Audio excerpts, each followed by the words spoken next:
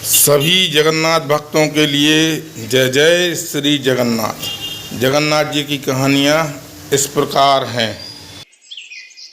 उड़ीसा के पुरी में स्थित जगन्नाथ मंदिर भारत के 4 पवित्र धामों में से एक है, जहां हर साल आषाढ़ माह में भव्य रथ यात्रा का आयोजन होता है। हिंदू धर्म में जगन्नाथ रथ यात्रा का बहुत अधिक महत्व है। जगन्नाथ मंदिर में भगवान जगन्नाथ विराजमान हैं, जो कि श्री हरि विष्णु के अवतार श्री कृष्ण का ही रूप माने जाते हैं। जगन्नाथ का अर्थ होता है जगत के नाथ। आषाढ़ मास की द्वितीय तिथि को ये रथ यात्रा शुरू होती है और शुक्ल पक्ष के 11वें दिन भगवान की वापसी के साथ इस यात्रा का समापन होता है। भगवान जगन्नाथ के मंदिर से जुड़ी एक पौराणिक कथा के अनुसार मध्य भारत में इंद्रद्युम्न नाम के एक राजा रहते थे। उनकी राजधानी का नाम अवंती था। वो भगवान विष्णु के बहुत बड़े भक्त थे और हमेशा भगवान विष्णु के दर्शन के लिए इच्छुक रहते थे। एक बार एक ऋषि घूमते हुए उनके महल में आ पहुंचे और राजा से बोले, राजन, उड़ीसा में भगवान विष्णु के भव्य रूप नील माधव को पूजा जाता है, लेकिन वो जगह उड़ीसा के कौन से हिस्से में है, ये आपको पता लगाना पड़ेगा। क्या आप सत्य कह रहे हैं ऋषि श्रेष्ठ? ये सुनकर तो मेरा मन भगवान विष्णु के दर्शनों को लालायित हो गया है। राजा इंद्रद्युम्न अत्यंत आनंदित हो उठे और तुरंत महल के मुख्य पुजारी के भाई विद्यापति को आदेश दिया कि वो ओडिशा जाकर नील माधव की खोज करे। राजा के आदेश अनुसार विद्यापति ओडिशा भ्रमण करने निकल पड़े। बड़ी ही लंबी यात्रा के बाद जब विद्यापति ओडिशा पहुंचे, तब उन्हें कुछ गुप्तचरों के माध्यम से पता चलता है कि सबरों के मुखिया विश्ववासु एक गुप्त गुफा के अंदर नील माधव की पूजा करते हैं। विद्यापति विश्वासु के पास गए और बोले, महाशय, कृपा करके आप मुझे देव पूजा का स्थान दिखा दीजिए। मैं विश्वास के साथ यहाँ आया हूँ। नहीं नहीं, मैं तुम्हें उस स्थान पर नहीं ले जा सकता, मुझे माफ करो। अब मैं क्या करूं? यदि ऐसे ही वापस गया तो महाराज को क्या जवाब दूंगा? मुझे कोई और रास्ता ढूंढना होगा। विद्यापति उसी गांव में रुक गया। कुछ ही दिनों में विद्यापति को विश्ववासु की बेटी ललिता से प्यार हो गया और दोनों ने शादी भी कर ली। शादी के कुछ दिन बाद विद्यापति ने अपनी पत्नी से कहा, ललिता, सुनो, क्या तुम नील माधव की सिर्फ एक झलक दिखाने के लिए अपने पिता से कह सकती हो? तुम्हारे पिता तुम्हारी बात नहीं टालेंगे। ठीक है, पिताजी को आने दो, मैं बात कर लूंगी। ललिता अपने पिता से बात करती है। ठीक है, पर मेरी एक शर्त है। विद्यापति मेरे साथ आंखों पर पट्टी बांध कर जाएगा। विद्यापति शर्त मान लेता है, पर वो बड़ी ही चालाकी से अपने साथ कुछ सरसों के दाने ले जाता है और गुप्त गुफा तक पहुंचने के रास्ते को याद रखने के लिए रास्ते में सरसों के दाने गिराते हुए जाता है। गुप्त गुफा में पहुंचने के बाद जब विद्यापति ने नील माधव की दिव्य छवि को देखा, तब वो उन्हें देखता ही रह गया। गुप्त गुफा से लौटकर विद्यापति ने राजा इंद्रद्युम्न को सब कुछ बताया। तब राजा इंद्रद्युम्न भी अपने प्यारे भगवान के दर्शन के लिए तुरंत निकल पड़े। लेकिन जब राजा इंद्रद्युम्न विद्यापति के साथ गुप्त गुफा में पहुंचे, तब उन्हें वहां कुछ नहीं दिखा। नील माधव अंतर्धान हो चुके थे। यहाँ पर तो कुछ भी नहीं है। प्रभु कहाँ गए? महाराज, मैंने यही उनके दर्शन किए थे, पर अब वो यहाँ से अंतर्ध्यान हो गए हैं। राजा इंद्रद्युम्न निराश होकर महल में लौट आए। उसी रात उनके सपने में भगवान विष्णु आए और बोले, राजन, तुम पुरी के समुद्र तट पर जाओ। वहाँ तुम्हें एक लकड़ी का लट्ठा मिलेगा जो पानी में तैर रहा होगा। उसे लेकर आओ और उस लकड़ी से मूर्ति का निर्माण करो। राजा इंद्रद्युम्न ने इस संदेश का पालन किया और वो पुरी के समुद्र तट पर पहुंच गए और वहां उन्हें सचमुच एक लकड़ी का लट्ठा पानी में तैरता हुआ दिखाई दिया। लेकिन राजा इंद्रद्युम्न के सेवकों के लाख कोशिशों के बावजूद भी कोई उस लकड़ी के लट्ठे को उठा नहीं पा रहा था। अंत में कबीले के सरदार विश्ववासु की सहायता से उस लकड़ी के लट्ठे को महल में लाया गया, परंतु उस लकड़ी के लट्ठे से कोई भी कारीगर नील माधव की छवि तराश नहीं पा रहे थे। महाराज, हमारे लिए ये कार्य करना असंभव है। हम इस लकड़ी के लट्ठे से कोई भी मूर्ति नहीं तराश पा रहे हैं। हमें क्षमा कीजिए। जब इस काम को करना नामुमकिन हो गया, तब भगवान विष्णु ने फिर से राजा के सपने में दर्शन दिए और कहा, राजन, तुम देवताओं के शिल्पकार विश्वकर्मा की आराधना करो, वो इस कार्य को अवश्य पूरा करेंगे। भगवान विष्णु के कहने पर राजा इंद्रद्युम्न ने देवताओं के शिल्पकार श्री विश्वकर्मा से प्रार्थना की। तब वो सबके समक्ष एक बूढ़े बढ़ई के रूप में प्रकट हुए और राजा इंद्रद्युम्न से बोले, राजन, मैं आपको विश्वास दिलाता हूँ कि मैं कुछ ही दिनों में तराश कर मूर्तियां तैयार कर दूंगा, लेकिन मेरी कुछ शर्तें हैं। जी प्रभु, बोलिए, मुझे आपकी सारी शर्तें मंजूर हैं। मैं भगवान श्री विष्णु की मूर्ति को 21 दिनों में बनाकर तैयार कर दूंगा, पर मैं ये कार्य अकेले में एक बंद कक्ष में रहकर करूंगा। अगर किसी ने भी मेरा कार्य पूरा होने से पहले कक्ष के द्वार को खोला तो मैं कार्य को अधूरा छोड़कर चला जाऊंगा। मुझे आपकी सारी शर्तें मंजूर हैं, कृपा करके आप कार्य को आरंभ कीजिए। और फिर भगवान विश्वकर्मा ने कक्ष के द्वार बंद कर लिए और अपने कार्य में लग गए। लोगों को उस कमरे से सिर्फ आरी, छेनी और हथौड़ी इत्यादि की आवाजें सुनाई देती थी। लेकिन 15 दिनों बाद जब रानी गुंडिचा को कमरे से कोई भी आवाज सुनाई नहीं दी, तब वो घबरा गई और राजा इंद्रद्युम्न से बोली, महाराज, जिस कक्ष में मूर्ति बनाने का कार्य चल रहा है वहाँ से कोई भी आवाज नहीं आ रही है। कहीं वह बूढ़ा कारीगर भूख प्यास के कारण मर तो नहीं गया? आप एक बार कक्ष को खोलकर देख तो लीजिए, कहीं हमारे सिर कोई पाप न लग जाए। पर महारानी, हमें उन्होंने यही शर्त रखी थी कि 21 दिन से पहले उस कक्ष का द्वार न खोला जाए, कहीं कोई अनहोनी हो गई तो? महाराज, ऐसे भी तो हम चिंता में हैं, कक्ष को खोले बिना कुछ पता नहीं चलेगा। रानी गुंडिचा ने राजा इंद्रद्युम्न से कक्ष का द्वार खोलने की जिद की। आखिर में कक्ष के द्वार को खोला गया और राजा इंद्रद्युम्न के ऐसा करते ही वो बूढ़ा कारीगर बने भगवान विश्वकर्मा गायब हो गए और अपने पीछे आधी बनी 3 मूर्ति छोड़ गए। राजा इंद्रद्युम्न को इस बात से बहुत दुख पहुंचता है कि उन्होंने विश्वकर्मा की बात को नहीं माना और शर्त के नियम तोड़ दिए।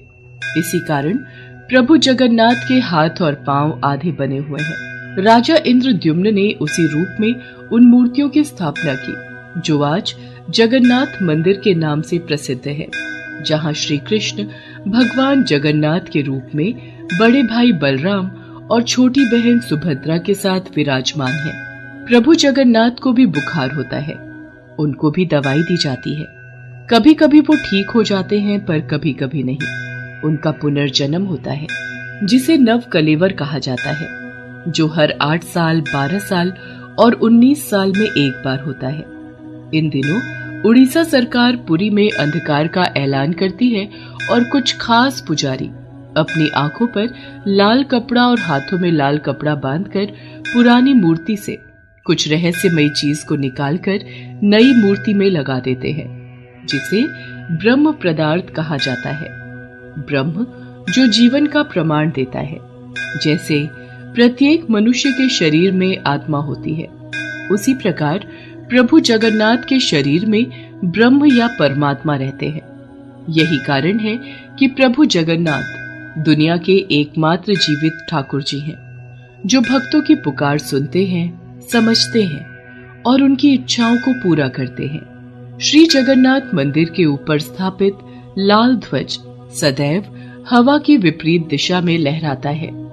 प्रतिदिन सायकाल मंदिर के ऊपर स्थापित ध्वज को मानव द्वारा उल्टा चढ़कर बदला जाता है। कहा जाता है कि जब श्री कृष्ण की मृत्यु हुई थी, तब एक बहेलिये ने ही उनका अंतिम संस्कार किया था, लेकिन उस वक्त श्री कृष्ण का दिल आग में जला नहीं था, जिस वजह से बहेलिये ने उस हृदय को लकड़ी के गुच्छे में बांधकर समुद्र में प्रवाहित कर दिया था, जो फिर बहते बहते पुरी के समुद्र तट पर पहुंचा और वहां से फिर राजा इंद्रद्युम्न ने उसे प्राप्त कर प्रभु जगन्नाथ की मूर्ति का निर्माण करवाया।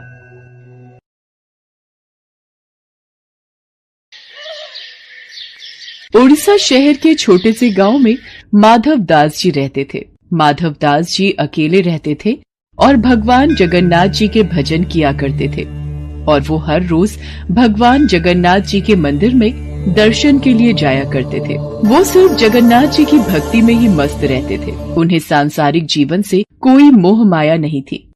एक दिन अचानक माधवदास जी की तबीयत खराब हो गई। उन्हें उल्टी दस्त का रोग हो गया। वो बहुत ही कमजोर हो गए कि उठने बैठने में भी उन्हें समस्या होने लगी। माधव जी अपना कार्य स्वयं करते थे। वो किसी से मदद नहीं लेते थे। जो व्यक्ति उनकी मदद के लिए आता था उनसे कहते थे, मेरे प्रभु, मेरे जगन्नाथ जी स्वयं मेरी रक्षा करेंगे। ऐसे ही कुछ दिन और बीत जाते हैं। माधव जी की तबीयत और खराब हो जाती है। अब तो वो मलमूत्र भी बिस्तर पर त्याग देते थे, परंतु उन्होंने अपनी भक्ति और आस्था जगन्नाथ जी पर से नहीं छोड़ी। इतना बीमार होने के बाद भी वो नियम से जगन्नाथ जी की आराधना किया करते थे।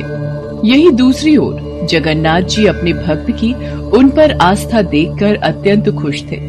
तभी बलदेव जी जगन्नाथ जी से कहते हैं, हे प्रभु, आपका प्रिय भक्त इतना कष्ट में है, आप उसे दूर क्यों नहीं करते? उसके पूर्व जन्म के कष्ट हैं जो उसे भोगने ही होंगे, पर उसने मेरी इतनी भक्ति की है, इस कारण मैं पृथ्वी लोक पर जाकर उसकी देखभाल करूंगा। तब स्वयं जगन्नाथ जी सेवक के रूप में माधव जी के पास उनकी सेवा करने के लिए जाते हैं। वो माधव जी की बहुत सेवा करते हैं और उनके गंदे वस्त्र भी भगवान जगन्नाथ जी अपने हाथों से स्वयं साफ किया करते थे और उन्हें स्नान भी कराया करते थे। भगवान जगन्नाथ जी की सेवा से जब माधवदास जी स्वस्थ हुए और उन्हें होश आया, तब भगवान जगन्नाथ जी को उनकी सेवा करते देख वो तुरंत पहचान गए, ये मेरे प्रभु ही हैं। देखो माधव, मुझसे भक्तों का कष्ट सहा नहीं जाता, इसी कारण मैं तुम्हारी सेवा करने के लिए स्वयं आया हूँ। और जो पूर्व जन्म के कष्ट तुम्हारे भाग्य में लिखे हुए हैं, वो तो तुम्हें भोगने ही पड़ेंगे। अगर उस कष्ट को इस जन्म में नहीं भोगोगे, तो तुम्हें फिर से एक और जन्म लेकर कष्ट भोगना पड़ेगा। मैं नहीं चाहता था कि मेरे भक्त को उसके पूर्व जन्म के कष्टों के कारण अगला जन्म फिर लेना पड़े। इसलिए माधव, मैंने तुम्हारी सेवा की। अगर फिर भी तुम कह रहे हो तो मैं अपने भक्त की बात नहीं टाल सकता।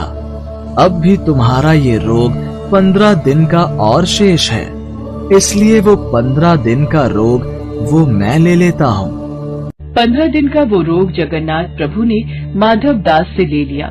तब से भगवान जगन्नाथ जी 15 दिन के लिए बीमार रहते हैं। तब से आज तक हर वर्ष से यही चलता आ रहा है। ज्येष्ठ पूर्णिमा को भगवान जगन्नाथ जी को ठंडे जल से स्नान कराया जाता है। इस स्नान के बाद भगवान को बुखार आ जाता है।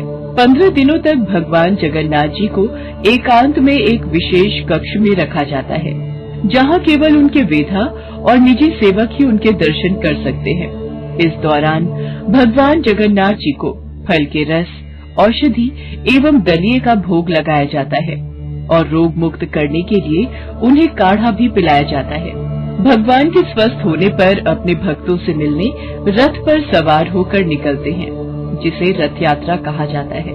इस रथ यात्रा में भगवान जगन्नाथ जी के साथ साथ उनके भाई और बहन भगवान बलदेव और देवी सुभद्रा की भी रथ यात्रा निकलती है। रथ यात्रा प्रतिवर्ष आषाढ़ मास के शुक्ल पक्ष की द्वितीय तिथि को निकलती है। ये कहानी है श्री कृष्ण भक्त कर्माबाई की। सन 1615 में राजस्थान के नागौर जिले के कालवा गांव में जीवन राम डूडी नाम के एक जाट किसान की खुशी का ठिकाना नहीं रहा, जब उनके घर एक कन्या ने जन्म लिया। मेरी कर्मा, मेरी बेटी, आज से मैं तुझे कर्माबाई कहकर बुलाऊंगा। जीवन राम भगवान कृष्ण के परम भक्त थे। उनके घर में भगवान कृष्ण का एक मंदिर था। जीवन राम भगवान कृष्ण को भोग लगाने के बाद ही कुछ खाते थे, ये उनका नियम था। कर्माबाई जब थोड़ी बड़ी हुई तो एक दिन, पिताजी, आप हमेशा भगवान कृष्ण को भोजन खिलाने के बाद ही भोजन करते हो। हाँ बेटी कर्मा, जब भगवान कृष्ण भोजन ग्रहण कर लेते हैं, उसके पश्चात ही मैं भोजन करता हूँ। पिता से ये सब देखते सीखते कर्माबाई का बचपन बीत रहा था। कुछ वर्षों बाद एक दिन, बेटी कर्मा, मैं कुछ दिनों के लिए तीर्थ यात्रा पर जा रहा हूँ। जी पिताजी, बताइए क्या आज्ञा है। बेटी कर्मा, मेरे पीछे से भगवान कृष्ण की विधि से पूजा करके उन्हें भोग लगाकर भोजन ग्रहण करना। मैं तुम्हें उनकी पूजा विधि बता देता हूँ और घर का भी ध्यान रखना, ठीक है? ठीक है पिताजी, मैं भगवान कृष्ण को भोग लगाकर ही भोजन किया करूंगी। आप निश्चिंत होकर जाइए। जीवन राम कर्माबाई को भगवान कृष्ण की पूजा और घर की देखभाल का कार्य सौंपकर तीर्थ यात्रा पर चले गए। अगले दिन भगवान कृष्ण को भोग लगाना है, जल्दी से खिचड़ी बना लेती हूँ। हाँ, ये रहा देसी घी और गुड़। लो, तैयार हो गई आपकी खिचड़ी की थाली। मैं ये रख रही हूँ, आपको जब भी भूख लगे आप खा लेना। मैं तब तक घर के काम निपटा लूं। कर्माबाई खिचड़ी की थाली भगवान के आगे रखकर घर के दूसरे कामों में लग जाती है। वो एक दो बार आकर देखती है। उसे लगा कि शायद भगवान को भूख ना हो। थोड़ी देर बाद, पता नहीं भगवान खिचड़ी क्यों नहीं खा रहे हैं। थोड़ा गुड़ और घी ज्यादा कर देती हूँ। ये लो भगवान, अब मैंने इसमें घी और गुड़ ज्यादा कर दिया है, अब तो खा लो। पिताजी आपके भोग की जिम्मेदारी मुझे सौंपकर तीर्थ यात्रा पर गए हैं। अब वो कुछ दिन बाद आएंगे, तब तक आप मेरे हाथ का बना भोजन खा लीजिए। मुझे ज्यादा व्यंजन बनाने नहीं आते। ये खिचड़ी आपके लिए बनाई है, इसे खा लो भगवान। मैं आपसे विनती करती हूँ, ये खिचड़ी खा लो, वरना जब तक आप भोजन नहीं करोगे मैं भी तब तक भूखी रहूंगी। देख लो फिर। कर्माबाई भगवान कृष्ण से नाराज होकर भूखी प्यासी उनके सामने ही बैठी रही। दोपहर से शाम बीत गई। कर्माबाई भगवान के समक्ष भूखी बैठी रही। भगवान कृष्ण ने जब देखा कि कर्माबाई जिद पर अड़ी है, मूर्ति में से आवाज आई, कर्माबाई, कर्माबाई, तुमने पर्दा तो किया ही नहीं। पर्दा करो, तभी मैं भोजन करूंगा। अरे हाँ प्रभु, रुकिए, मैं अभी अपनी चुनरी का पर्दा करती हूँ। आप आराम से खिचड़ी खाओ। आप मुझे पहले बता देते, इतनी सी बात के लिए पूरा दिन खुद भी भूखे रहे और मुझे भी भूखा रखा। थोड़ी देर में देखते ही देखते पूरी थाली खाली हो गई। भगवान कृष्ण के भोग लेने के बाद ही कर्माबाई ने भोजन किया। अब तो नित्य नियम से कर्माबाई सबसे पहले उठकर भगवान के लिए भोग बनाती और पर्दा करके भगवान के समक्ष बैठ जाती। थोड़ी देर बाद पूरी थाली खाली हो जाती थी। मुझे लगता है प्रभु को सुबह जल्दी भूख लगाती है। कल से सबसे पहले भोग ही बनाऊंगी, उसके बाद स्नान वगैरह और घर के काम बाद में ही किया करूंगी। हाँ, ये ठीक रहेगा। अब तो कर्मा की बनाई खिचड़ी भगवान कृष्ण बड़े चाव से खाते थे और पूरी थाली खाली हो जाती थी। एक दिन कर्मा के पिता तीर्थ यात्रा से वापस आते हैं। कर्मा बिटिया, कैसी है तू? पिताजी, मैं अच्छी हूँ। और आपके पीछे पहले दिन तो भगवान ने भोग ग्रहण करने में बहुत नखरे किए, फिर शाम को जाकर खिचड़ी खाई, और अब तो भगवान कृष्ण सुबह सुबह ही मेरी बनाई खिचड़ी खा लेते हैं। मैं सबसे पहले उन्हें भोग लगाती हूँ, जब वो खा लेते हैं उसके पश्चात ही दूसरे काम करती हूँ। हे कृष्ण मुरारी, आपकी लीला कौन जाने प्रभु। मैं तीर्थ यात्रा में आपको ढूंढ रहा था, आप तो मेरे घर में ही विराजमान हो। धन्य हो प्रभु, आपकी जय हो। बेटी कर्मा, तुम जैसी पुत्री को पाकर मैं धन्य हो गया। अब से तुम ही भगवान कृष्ण को भोग लगाना। वो तुम्हारा लगाया भोग बड़े चाव से खाते हैं। अब से तुम ही अपने हाथों से भगवान कृष्ण की सेवा करोगी बेटी। ये सब सुनकर कर्माबाई बहुत खुश होती है। अब तो कर्माबाई नियम पूर्वक जल्दी उठकर भगवान को भोग लगाती और बाद में सारे काम करती। कुछ वर्षों बाद कर्माबाई के पिता स्वर्गलोक को प्राप्त हो गए। अब कर्माबाई घर में अकेले रहती तो उनका मन नहीं लगता था, इसलिए वो भगवान कृष्ण की मूर्ति को लेकर तीर्थ यात्रा पर निकल गई और भारत में अलग अलग तीर्थों के दर्शन करने के पश्चात वो उड़ीसा के जगन्नाथपुरी मंदिर पहुंची। बस अब यही जगन्नाथपुरी में एक कुटिया में रहकर भगवान कृष्ण की भक्ति और सेवा करूंगी। कर्माबाई अपने नियम से सुबह सुबह भगवान कृष्ण को खिचड़ी का भोग लगाती और कुछ ही देर में थाली साफ हो जाती। भगवान बड़े चाव से सारी खिचड़ी खाते। उसके पश्चात कर्माबाई अपने नित्य स्नान ध्यान कार्यों को करती। एक सुबह, माँ, कुछ खाने को मिलेगा? बहुत जोरों की भूख लगी है। हाँ हाँ, आजा बेटा, यहाँ बैठ। मैंने अभी अभी श्री कृष्ण को खिचड़ी का भोग लगाया है। ले खिचड़ी खा बेटा। पसंद आई खिचड़ी तुझे? और दूं? बस माँ, पूरा पेट भर गया, आनंद आ गया तुम्हारे हाथ की खिचड़ी खाकर। माँ, क्या मैं ये स्वादिष्ट खिचड़ी कल भी खाने आ सकता हूँ? कल ही क्यों बेटा, तू रोज मेरे पास खिचड़ी खाने आ जाया कर। कर्माबाई की कुटिया में उस बालक के रूप में स्वयं भगवान जगन्नाथ खिचड़ी खाने पधारे थे और अब रोजाना कर्माबाई जब भगवान कृष्ण को खिचड़ी का भोग लगाती, थोड़ी देर बाद वो बालक भी खिचड़ी खाने आ जाता। एक दिन कर्माबाई, भगवान को बिना स्नान किए भोग लगाना अच्छी बात नहीं। तुम रोजाना सुबह पहले स्नान आदि क्रियाएं करके विधि विधान से पूजा करके ही भगवान कृष्ण का भोग बनाया करो। ठीक है बाबा, अब मैं स्नान करके ही प्रभु का भोग बनाया करूंगी। साधु की बात मानकर कर्माबाई अगले दिन से स्नान करके पूजा के पश्चात भोग तैयार करती। इस कार्य में उन्हें बहुत देर हो जाती थी, पर वो बालक तो अपने समय पर ही खिचड़ी खाने आ जाता था। माँ खिचड़ी दो ना, जल्दी दो, मुझे बहुत भूख लगी है माँ। थोड़ी देर रुक बेटा, अभी देती हूँ। अब तो बालक रूपी भगवान जगन्नाथ जल्दी जल्दी खिचड़ी खाकर बिना हाथ मुंह साफ किए भाग जाते थे। उन्हीं दिनों मंदिर के पुजारी जो काफी समय से मंदिर में सेवा कर रहे थे, ये जगन्नाथ भगवान के मुख पर खिचड़ी कैसे? मंदिर में तो काफी दिनों से खिचड़ी का भोग नहीं लगा, फिर ये भगवान के मुख पर खिचड़ी कैसे? हे प्रभु, ये कैसी लीला है आपकी? भगवान जगन्नाथ पुजारी के सपने में आते हैं। मेरी भक्त कर्माबाई जो जगन्नाथपुरी में ही रहती है, वो बहुत ही प्रेम भाव से सुबह उठकर बाजरे की खिचड़ी का भोग लगाती है। मैं रोजाना सुबह जल्दी उठकर कर्माबाई की खिचड़ी खाने जाता हूँ। मुझे कर्माबाई के हाथ की खिचड़ी बहुत पसंद है। पर एक साधु ने उसके पास आकर सुबह स्नान और पूजा के बाद विधि विधान से भोग लगाने का बोल दिया है।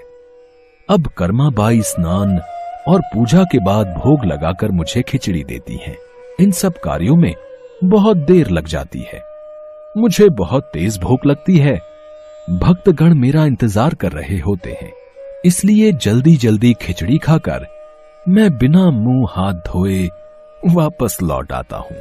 भगवान जगन्नाथ की अद्भुत बातों को स्वप्न में सुनकर पुरोहित जी हर जगह उस साधु की खोज करवाते हैं और उसे बुलाकर सारी बात बताते हैं। साधु घबरा जाता है और कर्माबाई के पास जाता है। कर्माबाई, तुम श्री कृष्ण भगवान की परम प्रिय भक्त हो। तुम्हारे लिए किसी नियम नीति की कोई आवश्यकता नहीं।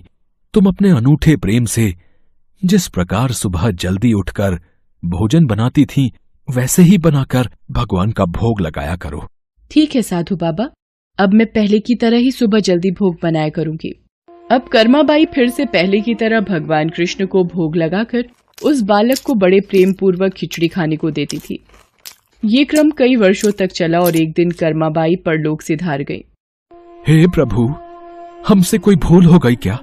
आज आपके नैनों से अश्रुधारा कैसी प्रभु? हे भगवान जगन्नाथ, क्या अपराध हुआ हमसे जो अब दुखी हुए प्रभु? उसी रात भगवान जगन्नाथ राजा और पुजारी के स्वप्न में आते हैं और बताते हैं कि उनकी भक्त कर्माबाई इस लोक से विदा होकर भगवान में विलीन हो गई हैं। अब उन्हें सुबह सवेरे बाजरे की खिचड़ी कौन खिलाएगा, यही उन्हें दुख है। अगले दिन पुजारी जी, जो स्वप्न आपने देखा वही स्वप्न मुझे दिखाई दिया। भगवान जगन्नाथ की प्रिय भक्त कर्माबाई अब इस लोक से विदा हो गई है। मैं चाहता हूँ आज से हर सुबह भगवान जगन्नाथ को कर्माबाई के नाम से बनाई बाजरे की खिचड़ी का भोग लगा करेगा, जिससे भगवान को कर्माबाई की कमी न महसूस हो। जी महाराज, अब से ऐसा ही होगा।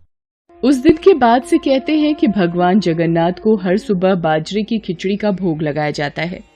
कर्माबाई के नाम की बाजरे की खिचड़ी के भोग से आज भी इस प्रथा को निभाया जा रहा है।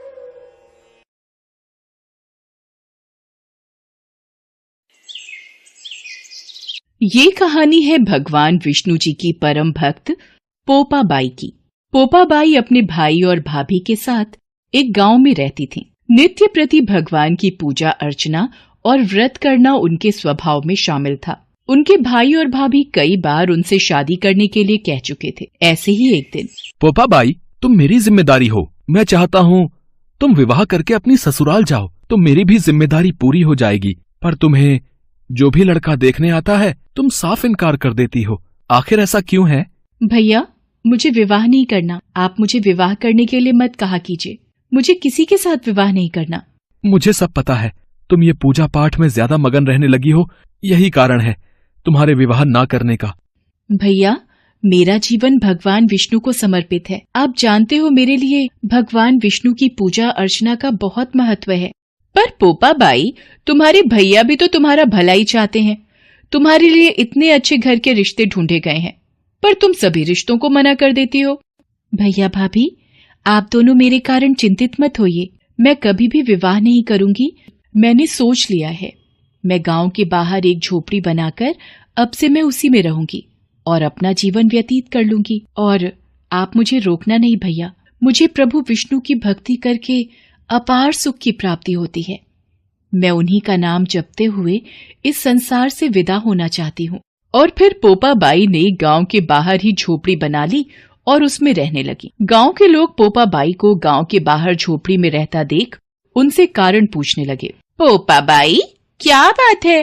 तुम यहाँ गांव के बाहर झोपड़ी बनाकर क्यों रहने लगी हो? बस एकांत में रहकर भगवान विष्णु की भक्ति करने का मन हुआ, इसलिए झोपड़ी बना ली। अब आप सब अपनी गाय और बछड़े मेरी झोपड़ी के पास घास चरने छोड़ दिया करो। मैं सभी के गाय बछड़ों की देखभाल भी कर लिया करूंगी और बदले में आप सब जो भी बचा खुचा खाने को दोगे मैं प्रेम से खा लिया करूंगी। पोपा बाई, तुम बहुत महान आत्मा हो। तुम सच्ची ईश्वर भक्त हो। और फिर उस दिन के बाद से सभी गांव वाले अपनी गाय और बछड़े पोपा बाई की झोपड़ी के पास घास चरने के लिए छोड़ दिया करते थे। तो पोपा ही उन सभी पशुओं की बहुत देखभाल करती थी और धीरे धीरे दिन बीतने लगे। एक दिन पोपा बाई जब अपनी कुटिया में पूजा पाठ कर रही थी तो उस देश का राजा जंगल में शिकार खेलने जा रहा था। बड़े जोर की प्यास लगी है।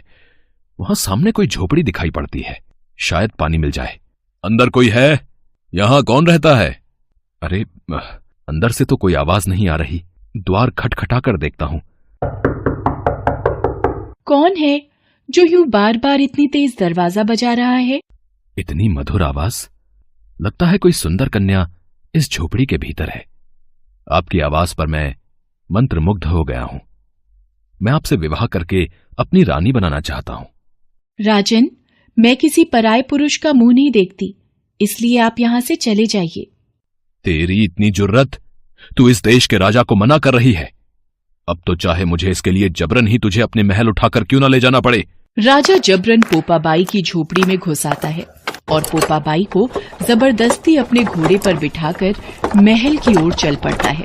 महल में पहुंचकर पोपा बाई गुस्से में आ जाती है और राजा को भरे दरबार में श्राप देती है। हे राजा, तू जबरन मुझे अपने महल ले तो आया है, पर तू मुझे कभी नहीं पा सकेगा। मैं तुझे श्राप देती हूँ, तेरा राजपाट सब नष्ट हो जाएगा, तू नहीं बचेगा। पोपा बाई के मुंह से निकले श्राप को सुनकर राजा घबरा गया, मानो उसे कोई चेतावनी मिल गई हो। राजा की सभी रानियों ने राजा को समझाया, महाराज, ये पोपा बाई कोई साधारण स्त्री नहीं है, ये विष्णु भगवान की परम भक्त है। आपने शायद इसके चेहरे का तेज नहीं देखा। इसका श्राप हमारे पूरे राज्य को ध्वस्त करे। इससे पहले कि देर हो जाए, पोपा बाई को वापस उसकी झोपड़ी में छोड़ आइए। हाँ महाराज, बड़ी रानी ठीक कह रही हैं। एक सच्ची निष्ठावान स्त्री, भगवान विष्णु की परम भक्त पोपा बाई का श्राप हमारे पूरे राज्य को नष्ट कर देगा। आप उसे सही सलामत छोड़ाओ। रानियों के परामर्श को सुनकर राजा पोपा बाई को वापस झोपड़ी में छोड़ने चल पड़ा। रास्ते में पाप की नदी पड़ी और धूल चढ़ने से राजा उस नदी में डूब गया। भगवान ने राजा को उसके पाप की सजा स्वयं दे दी। हे प्रभु, मुझे एक पराये पुरुष ने हाथ लगाया और मेरा सतीत्व नष्ट करना चाहा। हे भगवान, मुझे इस पापी दुनिया में नहीं रहना। मैं अपनी इच्छा शक्ति से अपने प्राणों का त्याग कर रही हूँ। और फिर पोपा बाई ने अपनी इच्छा शक्ति से अपने प्राणों का त्याग कर दिया। पोपा बाई की आत्मा जब धर्मराज के पास पहुंची तो धर्मराज ने उनका बहुत आदर सत्कार किया। पोपा बाई, स्वर्ग में आपका स्वागत है। आपको वैकुंठ वास तो नहीं मिल सकता, क्योंकि आपने विधान के अनुसार नहीं बल्कि अपनी इच्छा शक्ति से मृत्यु को ग्रहण किया है। परंतु भगवान विष्णु की आज्ञा अनुसार आपको सोने का महल दिया जाएगा। आप यहीं स्वर्ग में राज्य करेंगी। जय श्री विष्णु। जैसी भगवान विष्णु की इच्छा। और फिर भगवान विष्णु के कहे अनुसार धर्मराज जी ने पोपाबाई को स्वर्ग का राज्य दे दिया। पोपाबाई स्वर्ग में रहने लगी। एक दिन एक सेठ सेठानी मृत्यु के पश्चात स्वर्गलोक पहुंचे। धर्मराज जी, ये स्वर्गलोक का द्वार बंद क्यों है? ये राज्य पोपाबाई का है। ये पोपाबाई कौन है धर्मराज जी? आप पोपाबाई को नहीं जानते? उनके बारे में जानने के लिए आप दोनों 7 दिन तक मृत्युलोक में रहकर 8 खोपरा से राई भरकर 5 कपड़े ऊपर रखकर कहानी सुनकर उद्यापन करना और कहना कि राज है पोपाबाई का, लेखा लेगी राई राई का। और फिर पोपाबाई की महिमा का गुणगान करते हुए सेठ सेठानी को स्वर्गलोक की प्राप्ति हुई। जो कोई भी भगवान विष्णु की परम भक्त पोपाबाई के नाम का जाप करता है, उस मनुष्य को पोपाबाई के आशीर्वाद से स्वर्ग की प्राप्ति होती है। इसी प्रकार की और रोचक कहानी प्राप्त करने के लिए हमारे चैनल को लाइक करें, सब्सक्राइब करें और बेल आइकन का बटन जरूर दबाएं।